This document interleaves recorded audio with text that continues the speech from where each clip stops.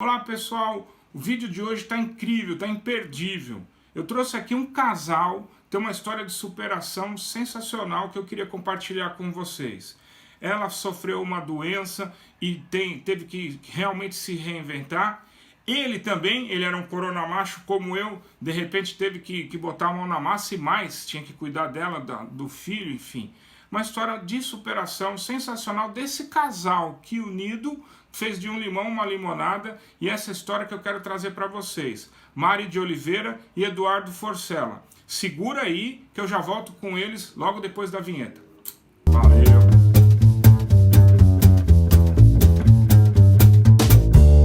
Queria trazer uma história muito bacana e inspiradora para quem me acompanha por aqui. E eu não poderia pensar numa história mais legal, mais inspiradora, que realmente eu sei que vai tocar as pessoas, que é a história de vocês. Então, eu vou pedir primeiro para a Mari se apresentar, contar um pouquinho da história.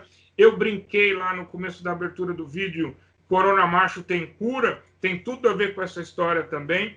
E eu acho que vamos falar dessa cura do Eduardo, como foi a minha. A gente tem histórias mais ou menos parecidas em algum momento, mas também de contar essa história de vocês. Então, Mari, por favor, fica à vontade. Obrigada pelo convite, um prazer enorme estar aqui com você.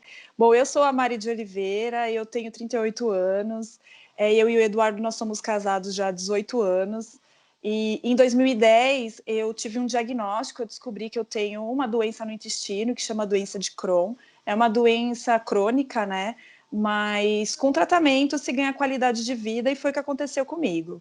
Eu iniciei o tratamento, fiquei muito bem, e eu fiquei tão bem que eu engravidei. Nós engravidamos do Dudu, que é o nosso menino de ouro. Porém, o Dudu ele nasceu com uma má formação na coluna. E foi um momento da nossa primeira ressignificação, né? Foi um momento muito difícil, nós não tínhamos informação nenhuma do que era a má formação do Dudu. Ele nasceu com mielomeningocele, que é uma malformação congênita da coluna, né? E ele teria sequelas, e isso deixou a gente bastante preocupado. Conforme foi passando o tempo, o Dudu nasceu muito bem, e nós fomos cada vez mais nos inteirando a respeito do que era, né, isso, oferecendo tratamento para o Dudu, e hoje ele já está com 8 anos. O Dudu usa um aparelho nas pernas que chama órtese, ele tem a cadeira de rodas dele, mas ele anda independente também, ele tem algumas sequelas, mas que são mínimas, e a gente tem um cuidado.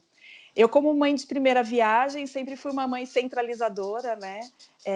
Eu deixava todos os cuidados comigo e tinha muito orgulho disso, mas chegou um momento que eu acabei perdendo para a minha doença. Né, eu tive que fazer uma cirurgia, eu tive um estreitamento intestinal, então eu tive que fazer uma cirurgia para retirada dessa parte do intestino, e começou aí o primeiro momento em que eu tive que me distanciar do meu filho e da minha casa. Né? Eu fiquei alguns dias no hospital, eu tive que colocar uma bolsa de colostomia, e aquilo, além de me afastar da minha família, também psicologicamente foi muito difícil de aceitar, né? Eu, com ali 36, 37 anos, usar uma bolsa de colostomia era uma mudança muito significativa no meu corpo, né?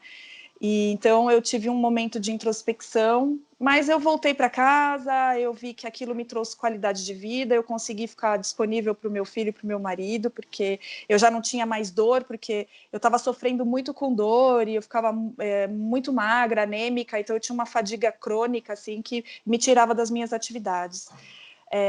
E comecei a perceber que a minha colostomia, minha bolsa, não era um empecilho, eu não tinha que me envergonhar daquilo, porque aquilo me trazia qualidade de vida. Eu me via nas festinhas do meu filho, me via conseguindo fazer as minhas atividades dentro de casa. O que aconteceu comigo foi que eu tive uma complicação dessa cirurgia. 3 meses após essa cirurgia, eu tive uma perfuração intestinal.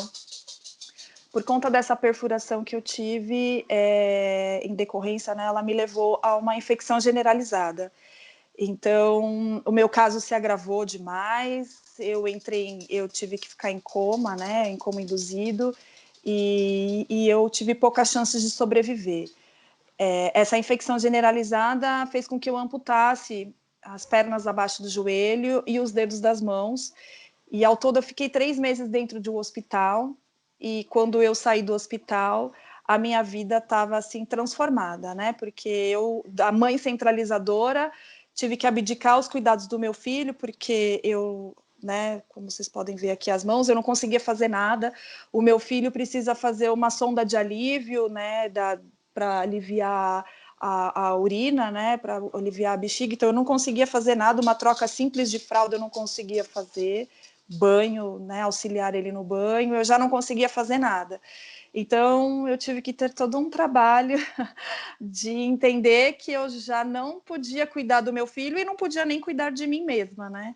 E E aí, aí, eu vou te interromper, mas aí vem a história do coronamacho, né? Porque com o seu tratamento, você depois foi melhorando, acabou ficando Sim. funcional, veio o Dudu, mas junto com isso tudo, veio a cura de um coronamacho, né? Eu brinco com o Edu, eu sei um pouquinho da história do Edu, e eu brinco, tenho essa liberdade de chamar, mas é porque eu também era um coronamacho, sei bem como é que é. Coronamacho, o Edu é aquele cara que, né, ele trabalha, tal, é o provedor da casa, mas ele depois ele chega em casa, ele não sabe o que o filho come, não sabe onde fica a lata de óleo, não dá um banho no filho, enfim. Aquele cara que não mexe uma palha do lugar, fica ali sentado no sofá assistindo o jogo do Palmeiras, tal. Eu era um cara assim numa vida passada, e aí a Mari um dia me contando aí, que também foi muito legal, porque você também tinha uma experiência muito parecida e, de repente, você se tornou não só o apoio total da casa, mas acabou sendo acabou assim, entrando nesse território de cuidar da casa, dos filhos, e no teu caso, ainda mais especial, de ter de cuidar da Mari também. Então, eu queria que você contasse um pouquinho essa história dessa cura aí, e a gente vai falando da história de vocês, dessa trajetória. Bom, eu sou o Eduardo. Estão me ouvindo? Okay. Sim, sim. Bom, eu sou o Eduardo, eu tenho 38 anos, né? Marido da Mariana aí já 18 anos. Com essas experiências de hospital da Mari, foi o início, né, do ex-coronamacho, né? A gente teve que aprender, né? Não reaprender, aprender a fazer muita coisa e foi tudo uma grande surpresa, né? Porque, como a gente fala muitas vezes, a Mari fala nas palestras, tem convites que a vida faz que a gente não tem como recusar, né? Quando você recebe um convite, você pode falar sim ou não. Mas, às vezes, a vida nos faz convites que só tem um tipo de resposta e a gente tem que aceitar. E foi uma grande surpresa, porque a gente é capaz de fazer muitas coisas, né? Às vezes o costume, o hábito, né? A falta de interesse também de fazer nos faz que a gente não é para nós, né? Não sou eu que tenho que fazer isso. A gente acha, né? Cresce com essa história que homem trabalha, a mulher tem que cuidar de casa e filho e acabou, né? E na verdade, eu imagino que você deve ter chegado à mesma conclusão que a gente cuidar do teto onde a gente mora e a gente cuidar de quem está à nossa volta deveria ser uma obrigação de todo mundo, né? Tarefa não tem gênero, né, Edu? Tarefa não tem gênero e deveria ser valorizado, deveria ter um salário muito maior do que para um escritório, né? Tem muita gente nessa quarentena que está pedindo para voltar para um escritório, né? Para poder ter um trabalho, porque o trabalho em casa é muito maior, né? Então, eu acho que deveria ser muito mais valorizado, porque dá muito mais trabalho, né? Cuidar de tudo que envolve uma casa do que não é só trabalhar, mas é muito mais trabalhoso, eu acredito, que todo esse cuidado familiar e fora toda a parte financeira, enfim, você sabe bem como funciona. Legal. Mari, conta um pouco pra gente aí como é que foi do teu lado, aí de você também acompanhar essa transformação, né? Porque você estava contando as histórias, né, de coisas corriqueiras do dia a dia que você de repente não podia mais fazer, né? E que acabou o Edu te ajudando em tudo, né? Você estava contando da história do absorvente, achei sensacional isso, mas fala um pouquinho para a gente. Sim, sim. Todo mundo, quando está no hospital, a gente quer voltar para casa. E eu também queria muito voltar para casa, porque, né, era a minha liberdade. Mas eu voltei muito diferente, né? Afinal de contas, eu voltei sem parte das minhas pernas e sem dedos das mãos. Então, eu ainda tinha um caminho longo pela frente de reabilitação. Eu estava com uma mobilidade muito reduzida e a minha casa também não é adaptada, apesar de eu ter um filho deficiente, mas ele anda, né? O meu filho, ele precisa de algum apoio, então, no máximo, na minha casa não tem tapete, carpete, tem algumas barras de segurança para ele, mas, assim, não era adaptada para a minha realidade. Então, por exemplo, quando eu cheguei em casa e eu conseguia transitar um pouco aqui pela sala, com a minha cadeira de rodas, mas eu não conseguia passar pela minha cozinha, porque a minha cozinha é super estreita. E o Eduardo teve que começar a lavar roupa, né? Essa história é ótima, gente. Como é que foi que você ensinou ele a ligar a máquina de lavar? Então, a minha cozinha liga na lavanderia, né? É normal do apartamento. Então, eu fiquei na ponta da cozinha, ele me ligou por uma chamada de vídeo no WhatsApp e começou a me mostrar a máquina, para eu falar para ele aonde colocava o sabão em pó, aonde colocava o amaciante, a quantidade de roupa, que se estava boa ao nível na máquina. Então, assim, ainda bem que a minha cabeça foi preservada, porque até assim, a medida do café, o tanto de água que tinha que colocar para ferver, o tanto de que tinha que despejar, ensinar a fazer arroz, tudo, eu tive que ensinar o Eduardo a fazer. Casa, né? Mas eu imagino que em determinado momento, não, até hoje, um pouco isso mesmo, porque hoje você tem uma vida muito mais funcional, mas nesse começo, principalmente, o Edu virou seus braços e suas pernas, Sim. né? Isso foi a parte assim mais bacana, porque entrou o meu lado de permitir e o dele de se entregar a isso. Então, assim, eu tinha que ter o companheirismo. Aí ele me perguntava, por exemplo, qual absorvente que eu tinha que usar, né? Porque eu estava recém saída do hospital.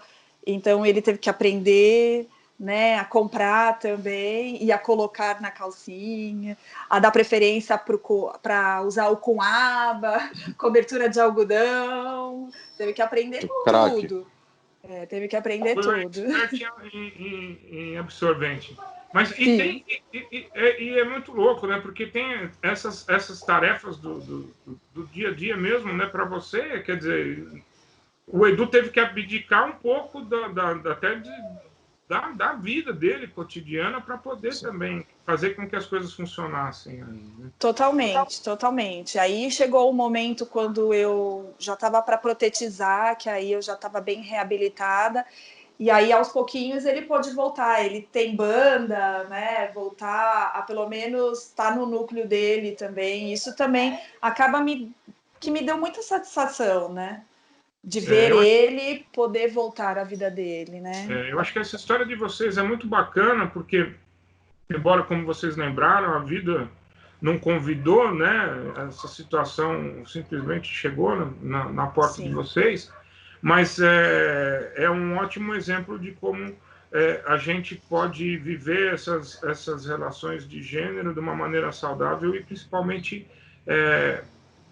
o companheirismo, né?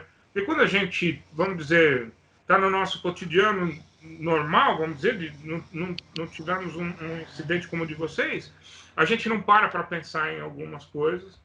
E acho que agora, com todo mundo mais ou menos convivendo dentro do mesmo teto, sem poder sair, eu acho que é uma boa oportunidade, e isso vocês tiveram que fazer isso o tempo todo. Eu queria que vocês comentassem um pouquinho desse processo.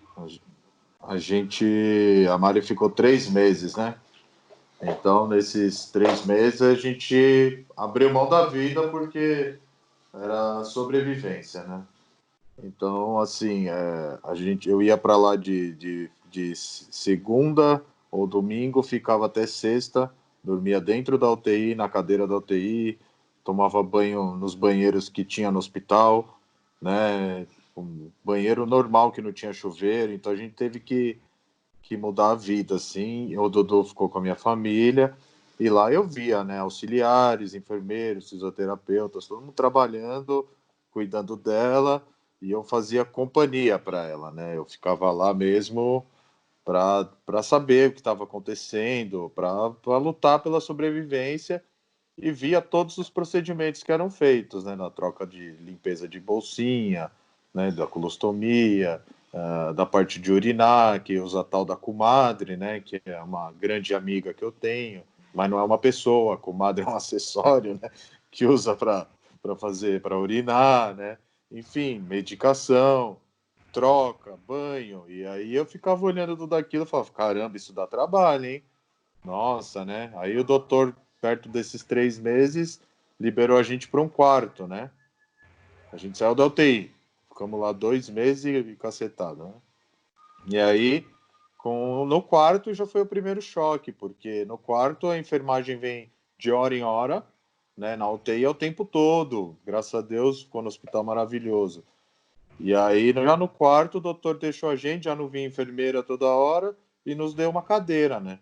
E dali foi quando eu comecei a perceber que tudo que elas faziam era eu que ia fazer, então já para ela dar um passeio, né, que foi o primeiro passeio que ela deu, a gente pegou a cadeira, só que aí ela não conseguia ir para a cadeira, né? Então era no meu colo, literalmente, as mãos dela necrosando. Então esse foi o primeiro choque, né? O segundo foi quando a gente chegou em casa, porque a gente falou, comadre nunca mais, né? Só que meu banheiro, a cadeira não entra no banheiro. Então, para ela ir ao banheiro, eu tenho que estacionar a cadeira, pegar no colo, põe na privada, tira a roupa, faz, limpa, pega no colo de novo, põe na cadeira e assim. Eu saí e fui comprar uma comadre. A comadre voltou e eu tinha ganhado do hospital, só que a gente falou, não vamos levar, eu não quero mais saber de comadre na minha vida. Porque assim, como ela tomava muito remédio, e aí no quarto era urinar de 20 minutos. Tipo assim, eu tava lá deitado, agora eu vou dar uma descansada. Amor, pega a comadre. Então eu tinha um trauma da comadre. E até hoje a gente usa a comadre, porque é prático, né? Você pode, não precisa ter essa. E hoje ela já anda também, mas quando tá na cama à noite sem prótese, então e tem esse tipo de coisa, assim, curiosidade. Ô, Cláudio, pergunta para ele por que ele não fugiu. Eu não vou perguntar por que ele não fugiu. Se ele quiser responder, ele responde. Eu tenho a impressão que ele não fugiu porque ele entendeu que tinha um chamado para ele aí. Mas o que eu posso perguntar, eu acho, é da história de como é que você saiu dessa experiência, né? Como é que é essa história? Tenho certeza que você saiu muito mais forte e a relação de vocês, obviamente, saiu muito mais. Eu acho que a gente aproveitou para fazer, né, desses limões uma limonada doce, bem gostosa para a gente tomar, entendeu? Porque a gente escolheu ficar junto, ele não foi obrigado a nada, mas assim, a gente aproveitou desses momentos de proximidade para realmente até aproveitar para a gente se conhecer melhor, para saber o que um gostava no outro, ou do jeito que a gente gostava melhor as coisas, entendeu? Isso fortaleceu demais a nossa relação, porque o Eduardo pôde aprender muito mais sobre o universo feminino, sobre a importância do feminino, sobre como eu me sentia diante de algumas situações, entendeu? Então isso, assim, aumentou muito o respeito dele, né, como um macho, diante de uma fêmea, entendeu? De perceber dos meus momentos, até por conta da minha natureza feminina, entendeu? Então, assim, de respeito mesmo, de saber que a gente tem os nossos períodos de mais fragilidade e ele sabe reconhecer. Ele começou a sentir mais o meu cheiro, do cheiro dos meus feromônios também. Com certeza. É isso aí, Edu? É isso aí, a gente fala para todo mundo, né? Que o pessoal fica chocado, né, com as amputações, com a bolsinha, e a gente fala para todo mundo que hoje a gente é mais feliz do que quando a Mari... Não que a gente não é comparando, mas a gente tem um conhecimento, uma felicidade muito maior do que a gente tinha antes, né? Eu vou contar uma história para vocês que foi bem legal. Primeiro, assim, quando eu falei no começo de Amor à Primeira Vista, uma das coisas que eu achei mais bacana era de ver não só a cumplicidade de vocês, mas a naturalidade, como vocês estavam encarando, né? Enfim. E Mari, você não vai acreditar, mas eu tô voltando um filme aqui daquele dia, e lógico que eu vi que você chegou lá de cadeira de rodas, o Edu estava te empurrando e tudo mais, mas eu só percebi que você não tinha as extremidades das mãos a hora que você pegou o microfone. Então, assim, para mim foi, eu acho que, eu não quero ficar usando clichê nem nada, mas até porque eu acho que é um grande exemplo, mas uma série de pessoas, a gente tem assim, uma infinidade de pessoas que acabam convivendo com algum tipo de deficiência, mas lógico que acabam todas se superando. Eu não vou ficar falando, óbvio, de superação, mas mais do que isso, dessa cumplicidade, dessa parceria de vocês e da alegria mesmo que passa para a gente. Naquele dia ainda tive a felicidade de encontrar vocês com o Dudu, então conheci o Dudu também, e isso acho que foi o mais bacana.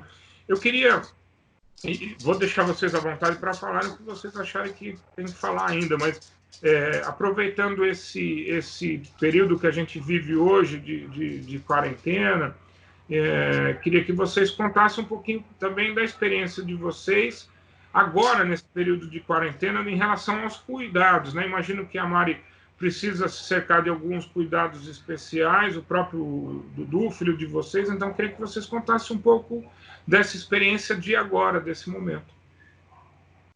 A gente... Tudo isso que aconteceu, dessa positividade que a Mari tem, a gente teve por causa do nosso filho, né? Tudo que a gente passou em centro de reabilitação, médicos, cirurgias, quando aconteceu com ela, a gente já sabia, a gente já sabia o que a gente ia fazer. A gente já sabia que ela ia voltar a andar. Se ela sobrevivesse, a gente já tinha esse plano todo traçado.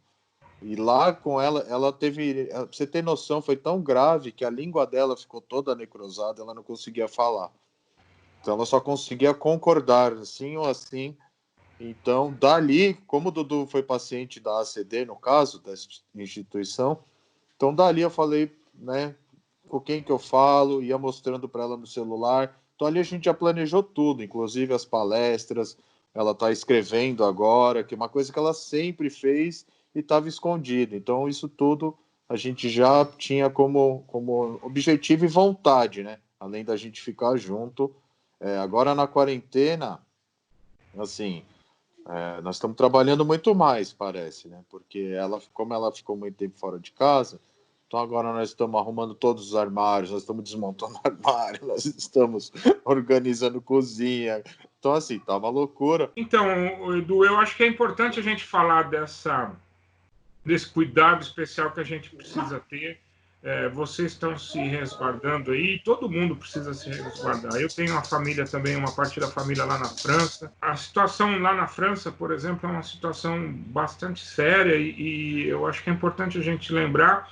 Eu lancei uma campanha nessas 2 semanas aí para os coronamachos, Edu.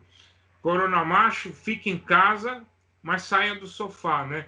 Para você, isso já vale para a vida inteira, porque você tem que acabar saindo do sofá o tempo todo. Mas eu acho que é bem isso, o saia do sofá tem a ver com a atitude que a gente pode tomar em relação a essa novidade toda e como é que a gente vai sair um pouco mais forte disso também. E, Mari, eu queria que você contasse um pouco para a gente agora dessa nova fase, né? O Edu já deu spoiler aqui de que você está escrevendo, enfim, eu sei que você faz as palestras, compartilha com super bom humor essa experiência não só de superação, mas de aprendizado de vida mesmo.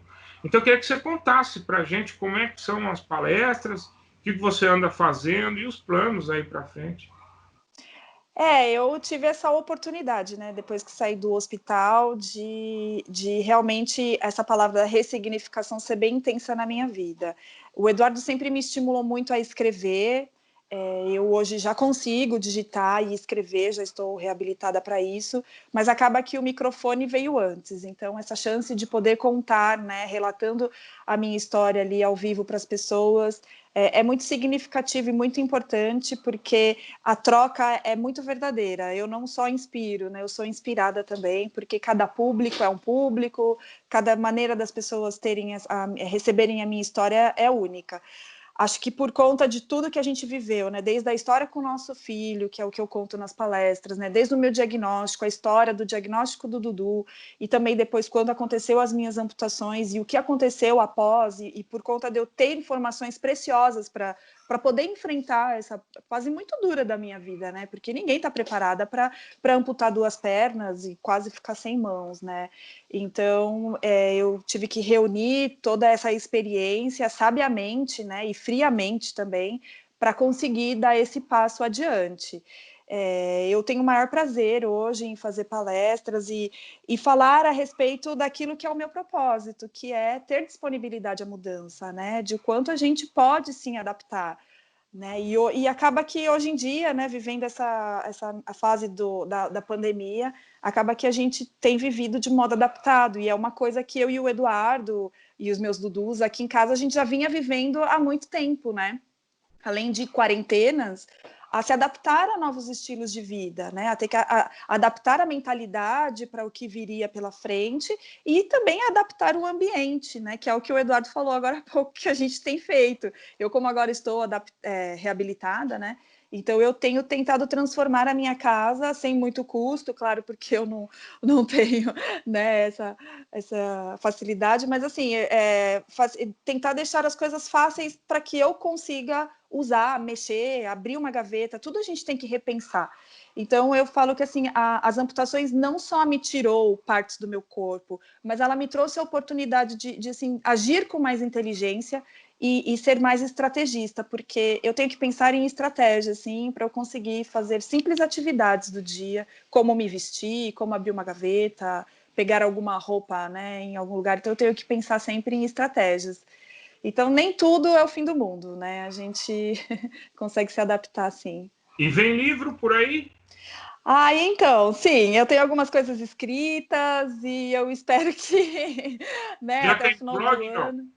Blog, Não, eu não. ainda não. Eu sou um pouco tímida. Eu tenho tentado, né, até assim aceitar os convites e as palestras, ser essa maneira de me expor, de trabalhar isso em mim. Não que eu tenha vergonha de quem eu sou, muito pelo contrário, eu tenho muito orgulho daquilo que eu me tornei. Mas sim, eu tenho um pouco de timidez, então eu acabo guardando algumas coisas para mim e aí vou soltando em pílulas.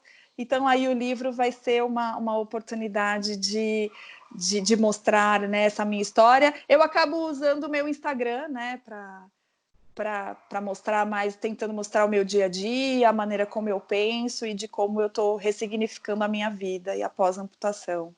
Eu acho que você falou uma coisa muito, muito interessante que se aplica a esses dias de hoje mesmo, né? Dessa oportunidade que a gente tem de repensar as coisas e de rever os comportamentos e de, principalmente, que acho que é o que eu tiro de mais valioso dessa história de vocês, de principalmente encarar as coisas para frente com muito otimismo e com muita naturalidade também. Acho que é uma. Eu lembrei aqui, eu estou olhando para mim na câmerazinha aqui, estou vendo que tem um quadro aqui atrás de mim que é super apropriado, né? O Sim, Vinícius, além de verdade. tudo, vocês têm uma história acho que super amor, né? Não amor da parte romantizada, mas um amor do cuidado e da atenção com quem está do nosso. Sim. É porque, Cláudia, acaba que com a gente aconteceram coisas tão complexas, né? Diagnósticos assim complexos, situações assim tão complexas, que a gente viu que a resposta para essas situações tão complexas eram simples, eram óbvias, né? Se resume, por exemplo, ao querer viver, ao enfrentar, né? A agir com amor, a repensar o que vem na frente antes do problema.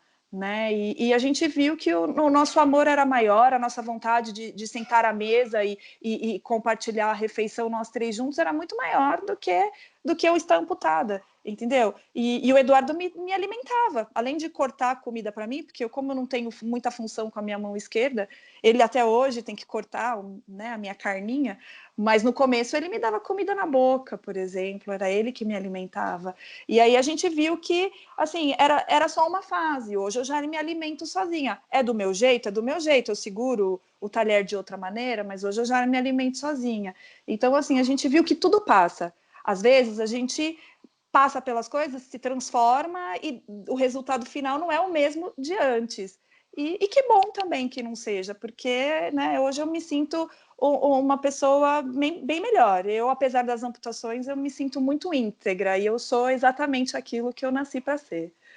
Legal, acho que é importante, a lição fica aqui da gente, de fato, focar nas coisas que realmente que importam para a gente, que fazem a diferença. Isso, com certeza. Com todos os acontecimentos na nossa vida, quando teve na sua também várias mudanças, a gente não pode ser individualista, né? Isso que aconteceu comigo, né? De não pensar mais em mim, né? A gente pensa primeiro neles e depois na gente. Eu não preciso pensar em eu sair para ter o meu prazer. Agora a gente pensa em conjunto, né? Ela falou da comida. A gente chega no restaurante em família, sempre tem aquele tio apressado que já vai, faz o prato, já está comendo. Aí ele olha para mim, eu tô lá cortando o dela, montando o prato dela. Primeiro monto do meu filho, corto tudo dele, depois corto tudo dela, aí monta tudo, aí eu vou fazer meu prato. Então é isso que está acontecendo nas casas, que tem que acontecer, né? A gente pensar em coletivo, porque o egoísmo não dá. E os corona macho, vamos acabar com isso. É isso aí. E quando a gente puder sair de casa, que a gente possa também manter esse mesmo espírito para quem está do nosso lado, né? Que a gente possa extrapolar essa solidariedade, esse espírito, que eu tenho certeza que ninguém vai sair igual dessa experiência, da mesma forma que vocês não saíram igual dessa experiência, eu tenho certeza que ninguém vai sair igual. E quem quiser aproveitar mesmo para ser uma pessoa melhor, eu acho que vai ser um excelente exercício. A hora que a gente puder sair de casa, a gente poder também estender a mão para quem está precisando. Obrigado demais pelo tempo de vocês. E vou ficar aqui na torcida mesmo, na cadeira aqui, torcendo para que essa carreira nova, vamos dizer assim, decole aí. Eu sei que o Edu também está empenhado nesse projeto, né, Edu? Então, tenho certeza que a gente ainda vai ver vocês brilhando e inspirando e transformando a vida de muitas pessoas também. Parabéns, muito obrigado. Viu? Obrigada, Cláudio, pela oportunidade. Para a gente é um prazer, assim, é muito bom a gente poder falar da gente mesmo, ver que a nossa história pode ajudar as pessoas, que o que a gente vive aqui intensamente, verdadeiramente dentro do nosso apartamento aqui, é muito valioso e pode gerar valor, né, e impactar as pessoas de maneira positiva. Obrigada. Então, para a gente terminar, queria agradecer mais uma vez. Fica um recadinho importante nesses tempos de quarentena. É isso aí, pessoal. Fiquem em casa. Mas saia do sofá. Valeu!